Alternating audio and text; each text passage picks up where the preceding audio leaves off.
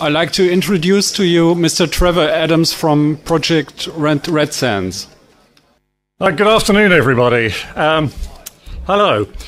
I was going to say a few words in Dutch. I always try and learn a few words into every foreign country I go. English people are very bad at foreign languages, but seeing as I wasn't doing a comedy spot here, I gave up that idea, so you'll have to get used to me speaking to all you guys in English.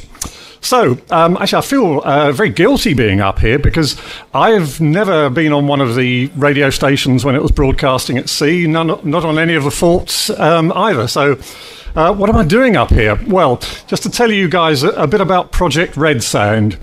In the 60s, when Britain had its heyday of offshore stations, I'm sure a number of you will be aware that not only did we have ships dotted around our coast that were broadcasting stations, but a number of the stations also broadcast from derelict World War II forts. There were two types of forts, just to give you a brief history. In the early days of the war, in the 1930s, an awful lot of our shipping in the UK was sunk by mines. In fact, in the first few months of the war, over 100 ships alone were sunk in the Thames estuary. So what was going to be done about this? Why were they being sunk? Well, when you see films about mines to blow up ships, you think of the big things floating with spiky bits all over them. They touched the ship and off they went. But these cunning Germans had other ideas, and they'd developed what was known as a magnetic influence mine. And the British didn't know anything about this, and what it was, the mine was laid from either ships or more commonly aircraft, and it sat on the seabed. And when a ship, the metal hull of a ship, passed over it, that triggered the detonator, boom, off it went. So the British Army and Navy spent £20 million, that's in 1940 money, doing what they called degaussing ships. £20 million was spent wrapping ships up in wire, passing an electric current over it, reversing the polarity of the steel hull. Great. The mines didn't get triggered. Unfortunately, those cunning Germans then reversed the polarity of some of their detonators. So what happened? You know, this £20 million was wasted. The British, probably more than the continental Europeans, are eccentrics. And a lot of good ideas come from eccentrics, and one of them, a chap called Guy Maunsell, had this idea that everything at sea should be made of reinforced concrete. Everything. Ships, the Mulberry Harbour that helped the invasion of mainland Europe, reinforced concrete. And he designed floating barges of reinforced concrete with two huge towers on and a couple of anti-aircraft guns for the Navy. 4 of those were sunk in the Thames estuary as a deterrent, Britain's first line of defence for the mine-laying against the mine-laying planes. And they were pretty successful as a deterrent. One of those towers, the Knockjohn Fort, became Radio Essex in the 1960s. And the second one was Radio Tower. And third one is the Ruffs Tower, now home as the nearest foreign country to the UK, the Principality of Sealand, which I'm sure you've all heard about. 3 other forts of a different type were the Nore Towers, the Red Sand Towers, and Shivering Sands Towers. This was a complex of 7 towers joined together by catwalks. They were manned by army personnel. They were large structures holding up to 265 guys. And their aim in life was to deter the Luftwaffe flying up the Thames, using it as a navigation point. And in the latter days, for shooting down the V-1 rockets heading for London. And that was their largest success. End of the war came. They were put on care and maintenance. The Nore Tower was demolished after a collision with a ship, the Baalbek, when 2 towers were knocked down after the war. And that was deemed to be a hazard to shipping. So that was removed, leaving the Shivering Sands Tower and the Red Sands Tower. Shivering Sands became just about the 3rd pirate radio base in the 1960s. there's a debate whether Radio Such started before Radio Atlanta, which became Radio Caroline South. Radio Such started off in a small fishing boat. It used to fish in the morning, and in the afternoon it was Radio Such, manned by Screaming Lord Such. It was very much a publicity stunt. Screaming Lord Such had his own band, the Savages, and he wasn't much good at anything really, but except being a showman. And it was his idea to get him publicity, start his own radio station. But as things happen, things develop their own life form. And he was coming back one day and didn't really like this ship very much. It had been fishing in the morning and was a bit smelly with fish. And also there were apparently some insurance problems. It wasn't really supposed to be a radio station. It was supposed to be a trawler. And as he was going back to shore one day, he saw these towers out in the Thames estuary, about 8 miles off the coast. Thought that'd be a good base for a radio station. And one of my earliest memories as a teenager was seeing on the news Screaming Lord Such on one of the catwalks, and a picture being taken from a boat below with some customs officials shouting at him to get off this government property. He threw a bucket of water over them, and they never came and troubled him again. He sold out to his manager, Reg Calvert, and Radio Such became Radio City, which produced some fantastic programmes. It was a very much underfunded station, and I guess Radio City's claim to fame was that it probably hastened the passing of the British Marine Broadcasting Offences Act after Reg Calvert was shot over and killed over an argument about the ownership of a transmitter on Shivering Sands. In the meantime, on Red Sands, that became Radio Invicta. I think it was about the 5th offshore station in the UK. And again, very much undercapitalised, and it only covered a relatively small area. But it was a good base for a radio station. Tom Pepper, the owner of Radio Invicta, was unfortunately lost his life with a couple of other guys from Radio Invicta when the ship sank in somewhat mysterious circumstances between Red Sands and shore. Radio Invicta sort of metamorphosed into King Radio, slightly better funded, but not much so, and didn't generate a huge amount of income. And then that turned into Radio 390, a vastly more powerful station. And although the government in the UK changed the rules about whether the Red Sands towers were within territorial waters or not, the government got their way, and after numerous court battles, Radio 390 closed down only a couple of months before the passing of the British Marine Broadcasting Offences Act. And that was it, almost, as far as the Red Sand Towers were concerned. A guy whose name will be familiar to a lot of you as a broadcaster on Radio Caroline in the 1970s and Radio North Sea latterly was Robin Banks.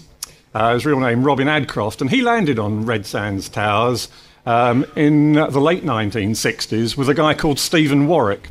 Stephen Warwick was a filmmaker, and he produced a film called The Italian Job, which again some of you may have seen.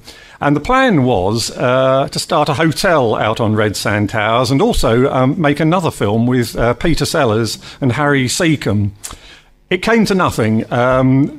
Official permission from the government couldn't be obtained. It was too close to the pirate radio era, and there was no cooperation. And because of the lack of cooperation, the financial backers withdrew. And despite Robin having painted this fort is the property of Stephen Warwick and Robin Adcroft, something which can still be seen on the Red Sand Towers to this day, nothing further happened. I lived in Kent. I listened almost from day one to Radio Caroline. I've been with Radio Caroline as a listener through thick and thin right to this day, and I still go out on the Ross, take tours round there, and hack away at lumps of rusty metal in my spare time. But I've always had a hankering for the forts. I thought they were unwanted, unloved for the years that followed in the 1960s, and no one else had an interest in them apart from me. Until my daughter dragged me into the 21st century, a couple or 3 years ago, and showed me how to use the internet. And as you do, type words in. I put Mons or Seafort or Red Sand Towers or something similar. And a Friends of the Fort website came up. This was run by a guy called Frank Turner. He actually saw the forts being built in late 30s, early 40s in Gravesend. They were built on land and towed out and sunk onto the sandbanks 8 miles or so off the North Kent coast. And he has got more information than anyone would ever want to know about the towers, all of them, the Army ones and the Navy ones. So he produced a newsletter, and in an idle moment I wrote a letter saying, look guys, you know, we've got this newsletter, there's a few people interested in the forts, shouldn't something be done to preserve them? And I had a letter, one reply from Robin Banks. We met up in 2003, and having shared a similar interest, we decided we were going to form Project Red Sand on the basis that if you don't try and do something, it's better to try and fail than do nothing at all. And so the two of us got together. But what condition were these forts in? The legs are reinforced concrete. You know, they might be teetering, ready to collapse. Despite what people say, they're not anchored to the seabed. They stand on a framework of concrete and sit on an unprepared seabed. That's how they were sunk there. But they've been there since 1942 and are still there. So we had to put our money where our mouth was, and Robin and I paid for the Port of London Authority divers to do a dive on 2 of the 7 towers. They're no longer connected by catwalks. And to see what condition they were in. A firm of consulting engineers, Taylor Woodrow in the UK, kindly agreed to evaluate the results of the survey for us and say whether, you know, they were in terminal decline or whether there was something worth doing to them. And we were extremely pleased, having shelled out a few £100 on this survey, to find the 2 towers that were subject to this dive. The reinforced concrete below low water tide level was almost as good as the day that they were put there. We were worried on 2 counts. Firstly, you know, whether the reinforced concrete was crumbling, and secondly, whether there was much erosion from underneath the base, causing them to, tilt perhaps. But that wasn't the case. Very little underscouring from the sandbank as well. Brilliant. So what do we do next? That was done in 2004 in the summer. There's now 5 of us in this project, which is a massive task. There's myself, there's Robin, there's a guy called Zach von Rensburg. He's our IT guy. He's only 25, which is brilliant, because I don't know what the average age of the guys in this room is, but I guess it's not getting much younger every year. And with something like Project Red Sand, we need new blood coming in, because, you know, once we curl up our toes, we need someone to pass it on to. So Zach is not only keen in the project, but he's our IT guy, and we wouldn't have the website if it wasn't for him. And that, in its turn, has generated an awful lot of publicity. There's been a lot on the television, in the local press, and Martin has got a copy of some of the bits that have appeared on the television. So I think it lasts 2 or 3 minutes. You can see what the towers look like as they were a few weeks ago. Look like something from an H.G. Wells novel, but the towers of Red Sand's Seafort were built to counter German attacks in World War II. They certainly were. Now a group of enthusiasts is planning to restore these unique features of the Thames estuary. Breakfast's Laura Bundock has been to have a closer look. Haunting the horizon, 8 miles offshore, this is Red Sands. And while it may look more science fiction, the fort forms a crucial part of military history. Once a wartime guardian of our coast, it's now unique, the only intact structure of its kind in the world, and campaigners want to save it. The passion really started for me during the 60s when I visited the fort as a radio station, and I was so impressed by the structure. I was determined to find out about its history and the reason why it was put there in the first place. And of course, a lot of this was top secret till many years after the war, so the information was quite difficult to get hold of.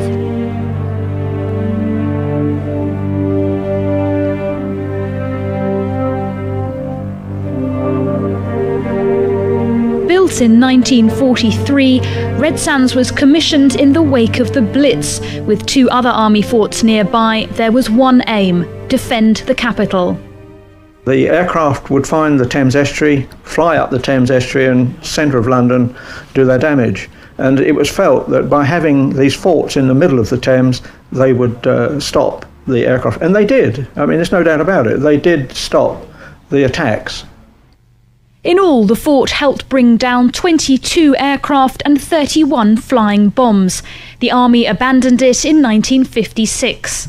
But the towers weren't empty for long. Reception reports, please, to the Chief Sound Engineer.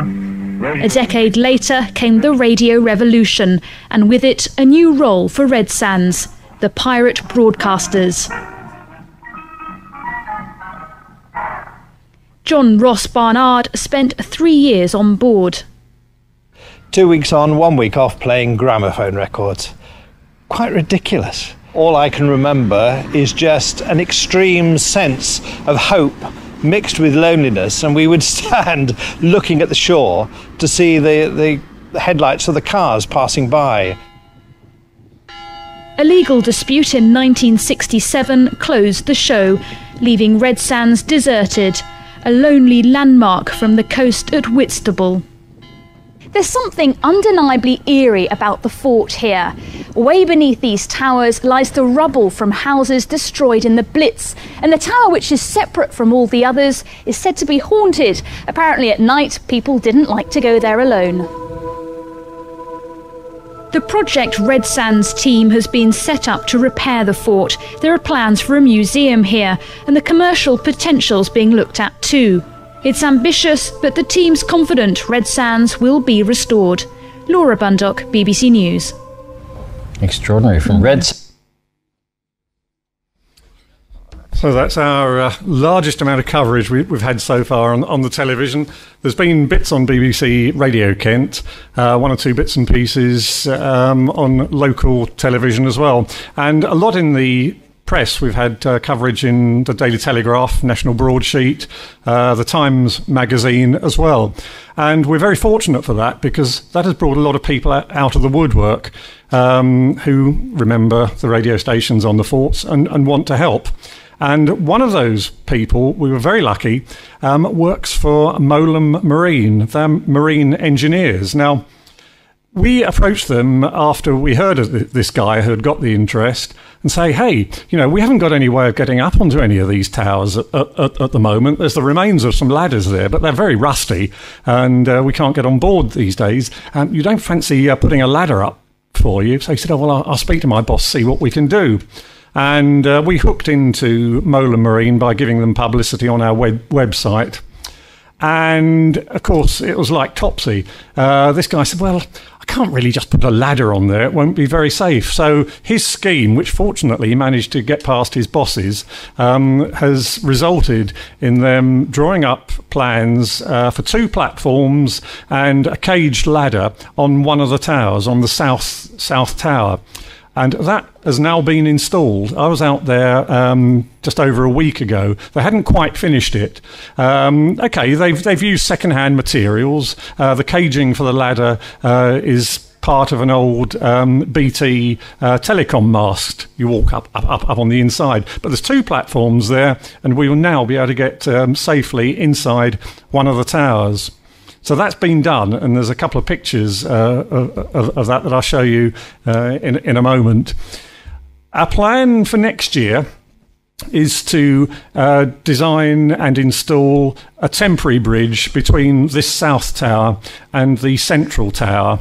The central tower is important because when we do reinstate the catwalks, that intercommunicates with everything else. So that is really crucial to the plans. It did need to be in good order, otherwise there'd be 7 just isolated towers without any means of communicating between the 2. The other member of the team is a guy called Tony Pine, who a lot of you probably won't know. But he was involved in Radio Such on Shivering Sands Towers and stayed with the organisation right through to the closure of Radio City as a behind-the-scenes guy in February 1967. So he pretty well knows more about the towers themselves than anyone else alive to this day. And he installed, in fact, what they called the Jungle Bridge on the Shivering Sands Towers in 1967. And that, in fact, lasted longer than any of the catwalks that were originally built on there. So we have great faith in him.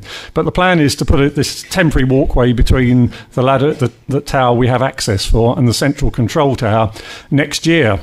So what beyond that? Well, this is where the difficulty comes. We need lots of money out there after that. We don't just need guys, well-meaning guys with buckets of paint and wire brushes, although that will come in handy. There's very little prospect of us getting government sponsorship for money. Everybody is behind us. We've built up an extremely good relationship with people at English Heritage, with the Department for Transport, who bizarrely have nominal responsibility for these towers, with the Ministry of Defence, with Crown Estates, who own the seabed but not the towers themselves, with Trinity House, who are responsible for the buoy. There were two buoys, there's only one now, that marks the towers, and the other authorities as well. But in terms of money, nothing much is going to be forthcoming from public funds. So really, we're looking to commercial concerns such as Molam. They've given us a big step forward without being able to gain access. It would almost still be a pipe dream, but people can actually see now that something has been done and things are going to happen. I can tell you that there are plans for an RSL broadcast, a 28-day low power broadcast.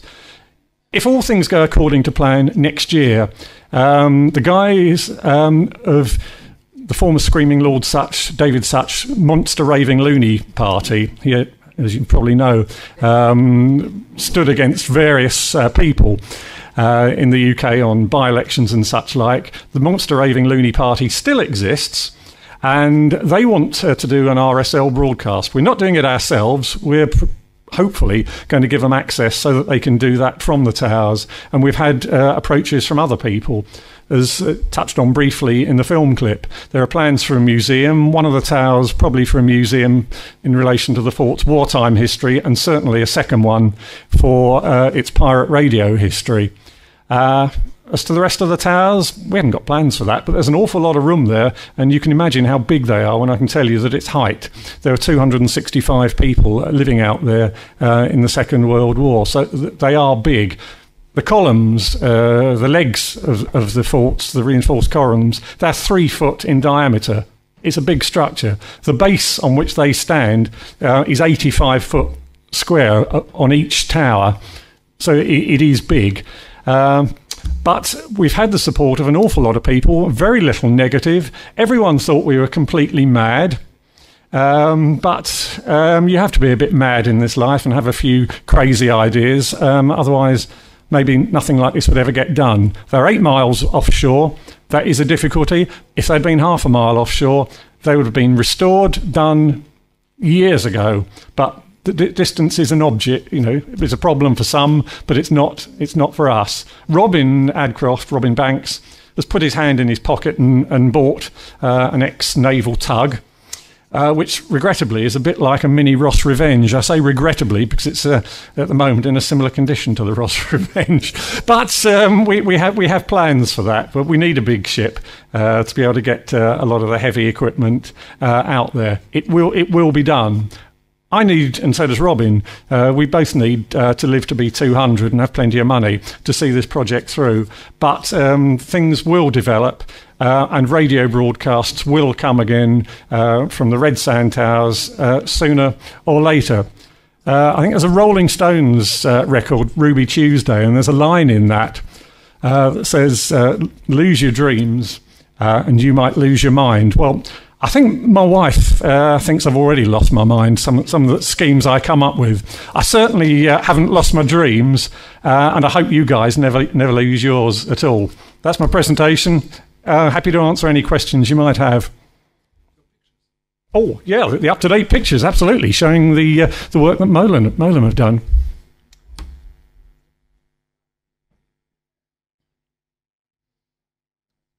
If ever you need a pier rebuilt, go to Molam because they're great guys.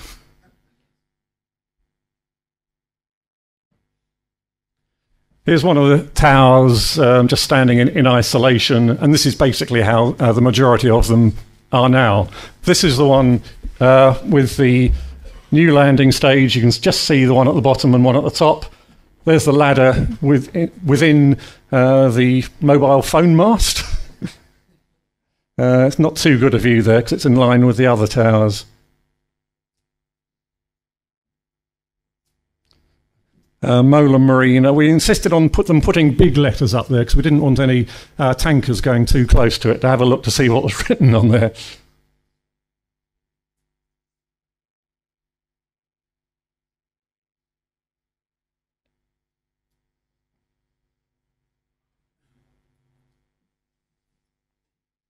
Apologise for the quality of these, but they were taken in a bit of a hurry with my office camera, which isn't a great one. But the steel structure of the forts isn't too bad. The windows are all shot, but it was made bulletproof, apart from the glass. So it's pretty tough stuff. They're completely stripped internally. People have taken everything, I was going to say everything that was any use from the inside of the towers many years ago. They've taken stuff that wasn't any use as well. But the basic structure is there, and certainly 2 out of the 7 towers are very sound. We're keeping our fingers crossed that the others are just as good as well. Now, before I go away and taken by you guys into a room with padded walls, any questions?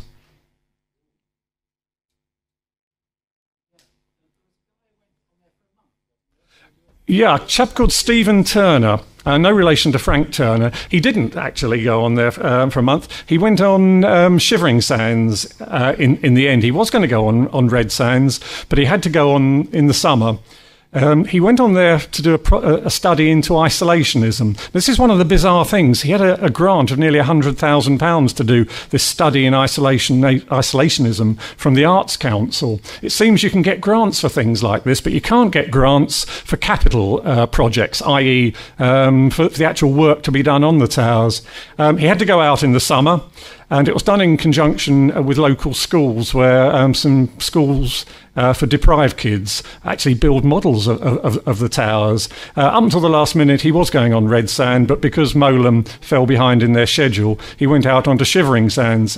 How did he get on there, you may ask? Well, one of the towers, which wasn't actually used by Radio City because it was not connected to the other towers, was actually used as a tide gauge for the Port of London Authority until relatively recently, and that did have a semi-secure ladder to it. So that's where he went and lived there for a month, coming off in, I think it was about the second week in September. I can tell you, though, that it's not quite as stable as you might think on these towers. They do rock about, they move, and it's very disconcerting, and everyone thinks, blimey, you know, these aren't very safe. In a heavy sea, you know, you have to have a cup of tea, only half full, otherwise it spills over the edge. And the forts actually were designed like that. It was like that from day one. And why they were designed like that was to take the recoil from the 3.7-inch anti-aircraft guns. Otherwise, they would have really shattered, you know, the reinforced concrete legs. So they were designed to move about. At least that's what we tell everybody anyway. I beg your pardon? Yeah, absolutely, absolutely. But you know, we had a breeze in 16th of October 1987. It wasn't a hurricane, so our newsreader told us, but it came pretty close to that. And you know, they withstood that. In fact, all the forts that were installed, the Army ones and the Navy ones, would still be standing now, bar one, had the government not decided to blow up the Sunkhead Tower, because that, along with Ruff's Towers, was the only one that actually was outside territorial waters. So that was blown up. Nor Tower, as I said, one of the sister towers to these, was taken away as a hazard to shipping. And the only one that failed under the effects of the weather was the Tongue Sands Tower, which was never used in the 60s because it had developed a list. The pontoon base had broken its back. and it was a bit squiffy even in the 1960s, so no one bothered with it. And that actually finally succumbed to the weather, but not until 1996. They were incredibly strongly engineered. You know, in those days, everything was over-engineered, and we're very grateful for that. Guy Maunsell, who designed them, did say that they were designed to have a life of 200 years given routine maintenance. Okay, they haven't had routine maintenance, but they're still standing, and you know, with a fair wind, we think we can do it. Okay? Good. Thanks for your time.